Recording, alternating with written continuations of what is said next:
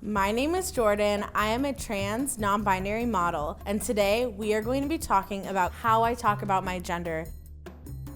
Everyone communicates in so many different ways that it's actually very empathetic, I think, to match where someone is at. If I'm talking to a cis person, if I'm talking to a trans person, if I'm talking to a little kid, it really just depends. When I'm on set as a model, I usually have to pose super demure, and I have to, accentuate my curves. Also, a lot of times on set, most of the time I get misgendered just because of the industry where it is and how we view professionalism. I usually don't feel super comfortable correcting people, and I just won't say anything. When this is happening, I usually act more closed off, more timid, because it's super uncomfortable for me. I don't always have the capacity to correct people in that moment because I'm there to do a job, and unfortunately, it's not always a safe working environment. Whereas when I'm by myself, when I'm taking a selfie or taking pictures with my friends, it's a totally different vibe.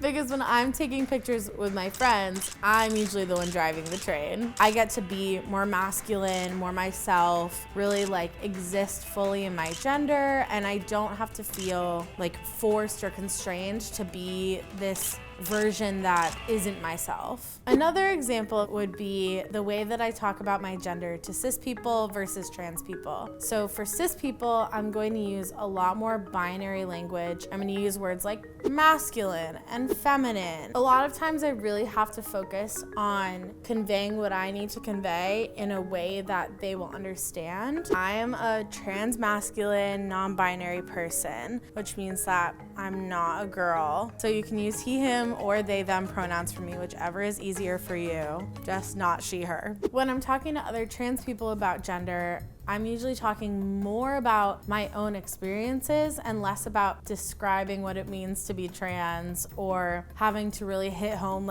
my pronouns or that I'm not my assigned gender at birth. Sometimes I feel like my gender is like a puddle. Do you ever feel this way? A lot of times growing up, I really felt like I was a alien, beamed down from Mars. When you're talking to kids, obviously you want to use language that they understand. So, you know how some people are boys and some people are girls? Well, there's also people who don't feel like either. And sometimes people feel like they're both. It's kind of like how there are so many animals in the world, right?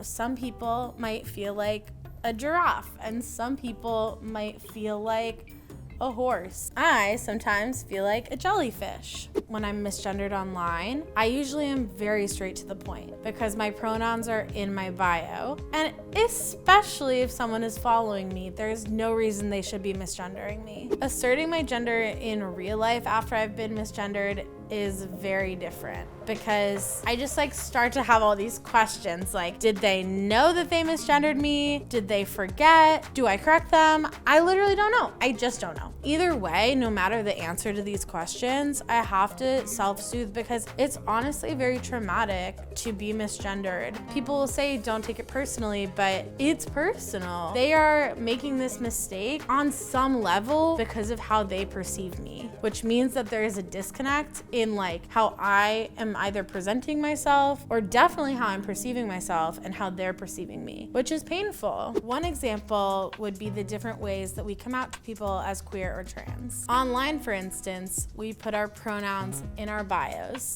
if that feels comfortable to you. For me, I think that's the easiest type of coming out. I'm not really explaining my identity at all. It's just my pronouns. It's the way that you refer to me, and that's it. And then there's coming out at work or school. If you're in a trans-friendly environment, a lot of times people will go around the room saying their names and pronouns. Hey, my name's Jordan, and I use they, he pronouns. It can go either way. It can either be nice or it can be really awkward if you're not in a safe environment.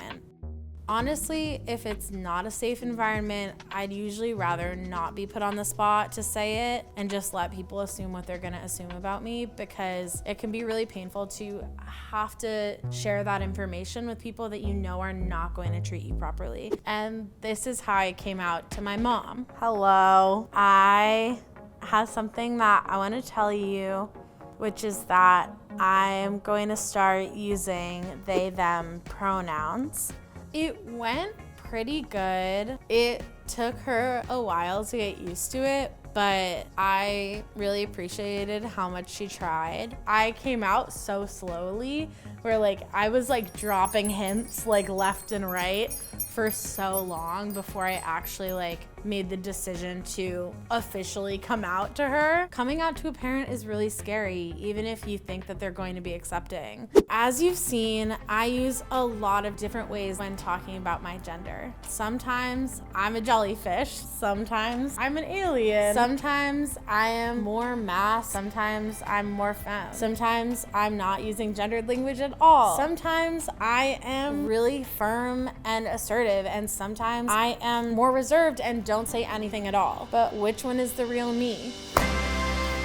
They're all the real me.